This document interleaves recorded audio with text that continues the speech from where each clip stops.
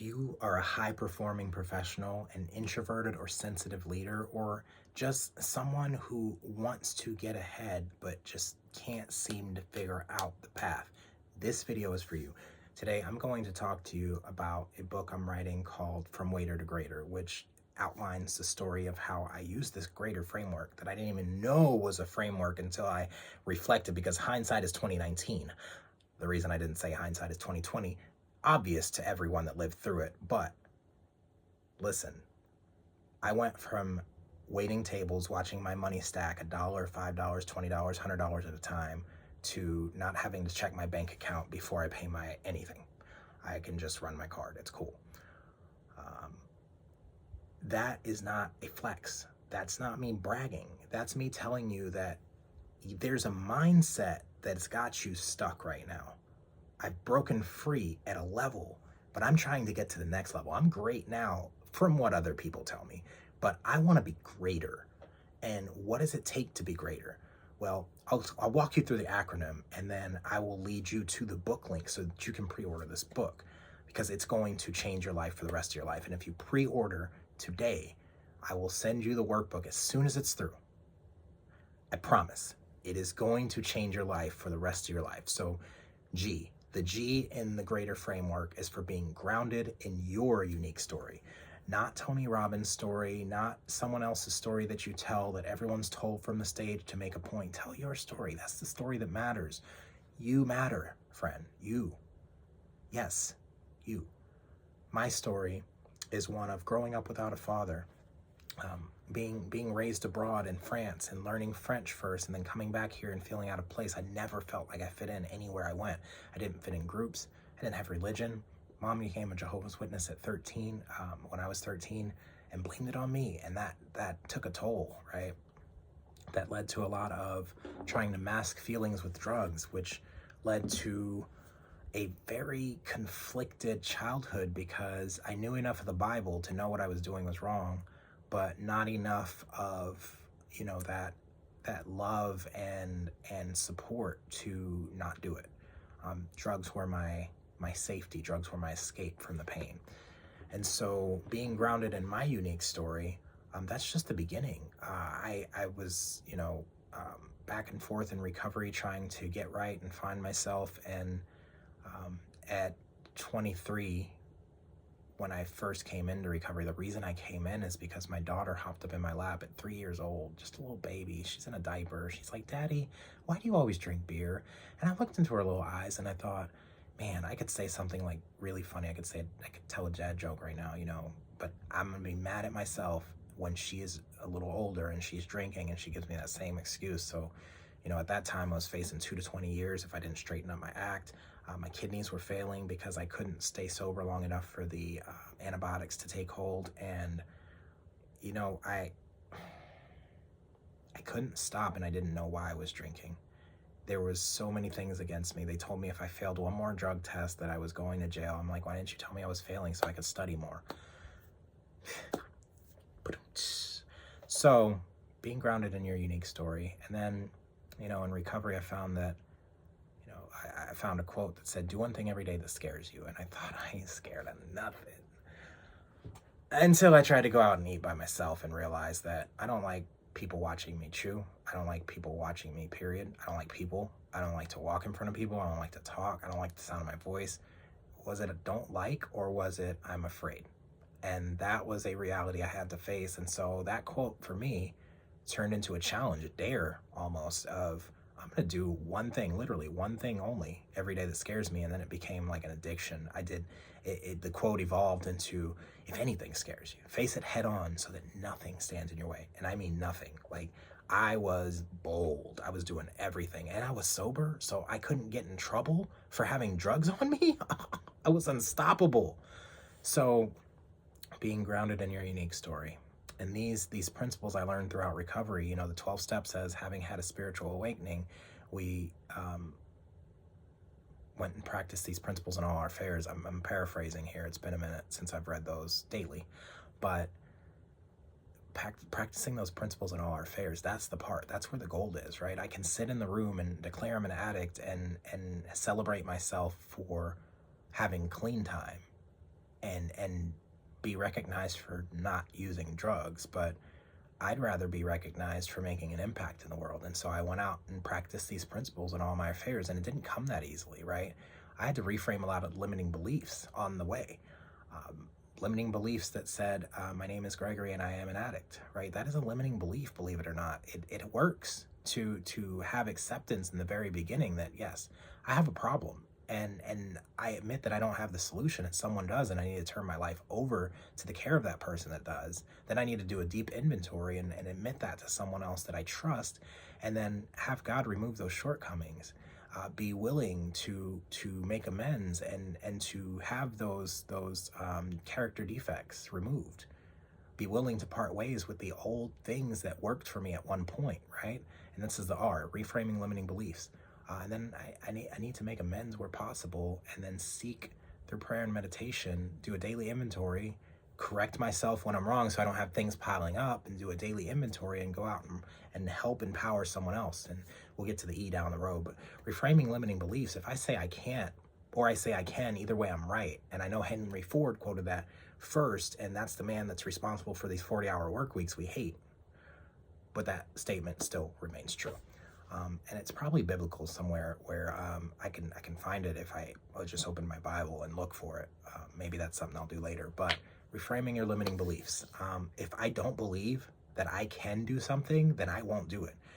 There is an exercise that I think it's Jack Canfield, author of Chicken Soul for the Soup. He was on stage and he did this thing where someone put their arm out and they said, "Say I can't," and they just put it. They just put it down, right? It just went down. And then say I can, and it was like same pressure, but it wouldn't go down. And it's just the power of words. Your words are powerful. And then embracing continuous learning. When I say embrace, I mean like embrace and engage with what you learn. Go teach it to someone else, because when one teaches, two learn. One teaches to learn.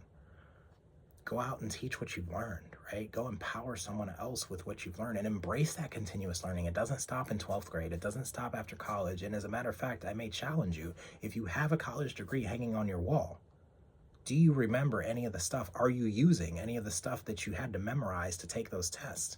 No, you're using the soft skills that you got from going to college. You're using that resilience to show up every day for something that you hate. You're, there's so many principles that are learned through like waiting tables, like learning to think on your feet, networking, and learning to connect with people genuinely, deeply, perseverance. Like there's so many principles and soft skills that are gained. And I say that the soft skills are really what it's about. I don't care about the stuff you learned for your degree or all of the technical jargon and stuff like that, right?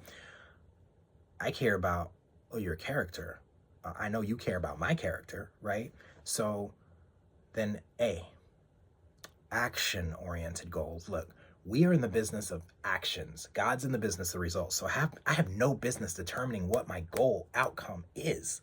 I just need to figure out what actions I need to take on a daily basis to make sure that that happens, right? So having action-oriented goals will help you to remain disciplined even when it seems like, or when you don't feel like something's working. Just keep going and doing the thing that you know works. And if you have a mentor, right, that can guide you along this path, then you'll have the right actions to take, because it'll be a reflection of what they did, to get their success. My mentor at the moment is Myron Golden. Excellent teacher. And I'll drop some links for his Boss Moves, Make More Offers Challenge, his Boss Moves book. People have paid $40 for this book, and they've ended up making $800,000 by applying the principles. So that's incredible. There are only 4 moves needed to scale your business, and you'll find them in that book. He has a Make More Offers Challenge where he teaches you to make more offers, make better offers. Put the offers out there. People are waiting for you to show up, and they're already paying their money for someone that's not giving them the right thing. So you might as well show up and give them what they need. And then he has a book called From the Trash Man to the Cash Man. That's kind of where I got the idea of From Waiter to Greater, because we share a similar story. We both started studying the Bible very young. We're both very ADHD, or as we like to call, extra creative ability people. And then T, transition with purpose, right? What is the reason for your being? Like, why are you here? That's the purpose that you need to transition with.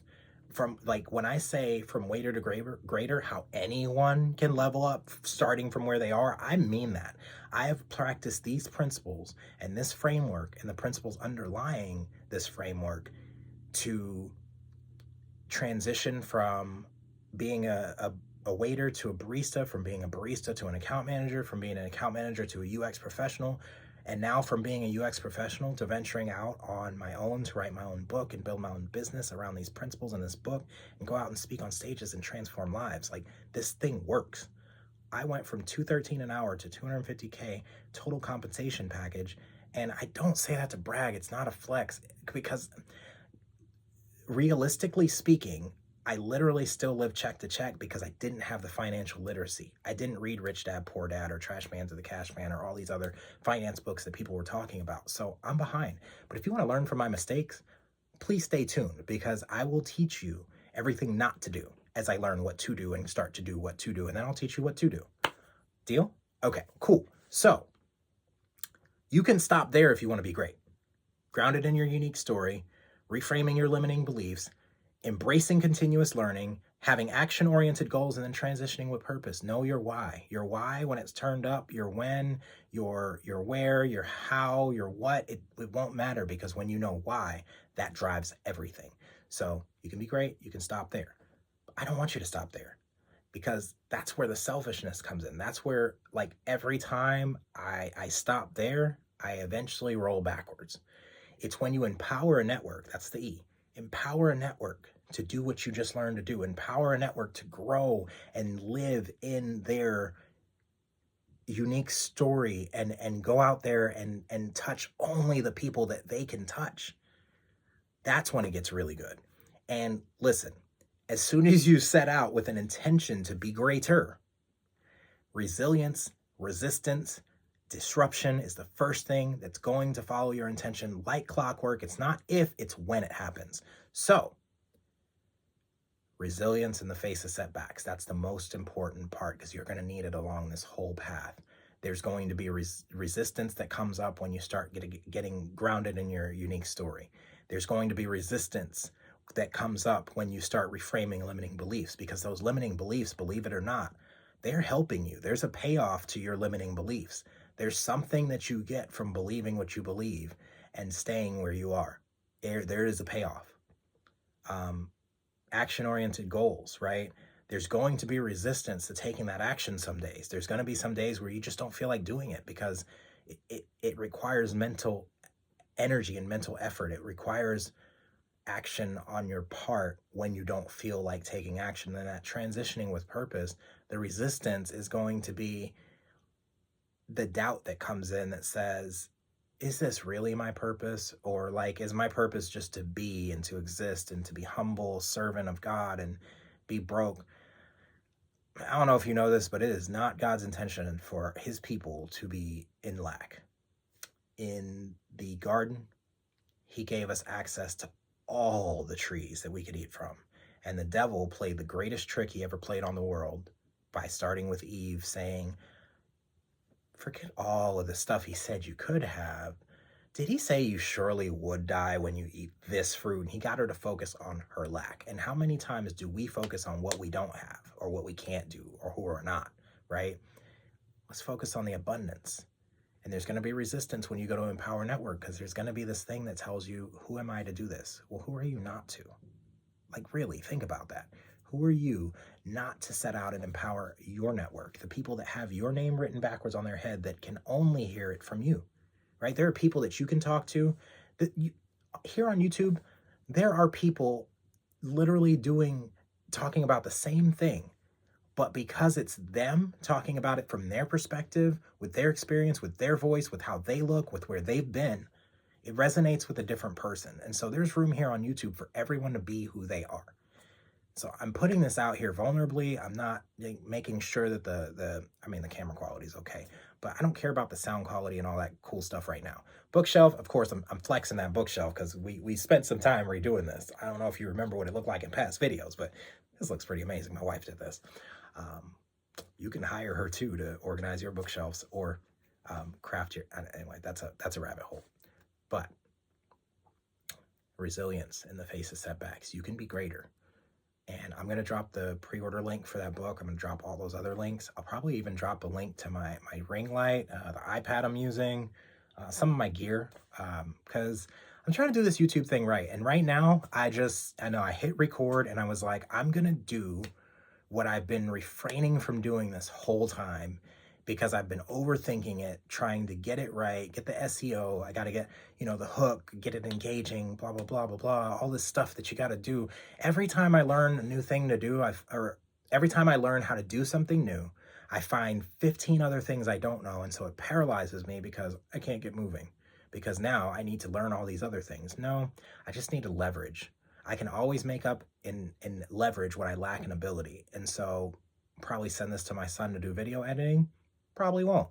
I'll probably just throw a thumbnail up there that lets you know that I'm about to take you through this, and just put it out there and make it, this is good content. This is going to help you level up. And in the book, I'll tell my story, but I'll also give you actionable steps. I'll give you the picture. I'll paint the picture for you. I'll give you the parable, the story, and I'll give you the principle that you can apply in your life. And the workbook is going to help you work through it. If you need a community, I've started a community called The Greatest Group Ever. You can find it on Facebook. It's literally called The Greatest Group Ever. So easy to find. That group has evolved. I go in there and I talk about the daily meditations every day from a book that me and my wife are writing, mainly her. But it's Principles for Life and Business, Focus for Today Meditations, Principles for Life and Business, that will help you if you feel lost along your path and you need a little guidance or some reminder of what you should be focused on today. If you can't figure it out, do the next right thing. And if you don't know what the next right thing is, just do the next thing right. And that's all I have for you today. Thank you so much for tuning in. I'm going to put a video up here that you should probably watch that is going to change your life if you watch it. And I'm not even sure if I'm pointing in the right direction, so I hope the video's here. But until next time, be strong and courageous. Do everything you do with passion, and I promise you'll have a life that you love. Peace.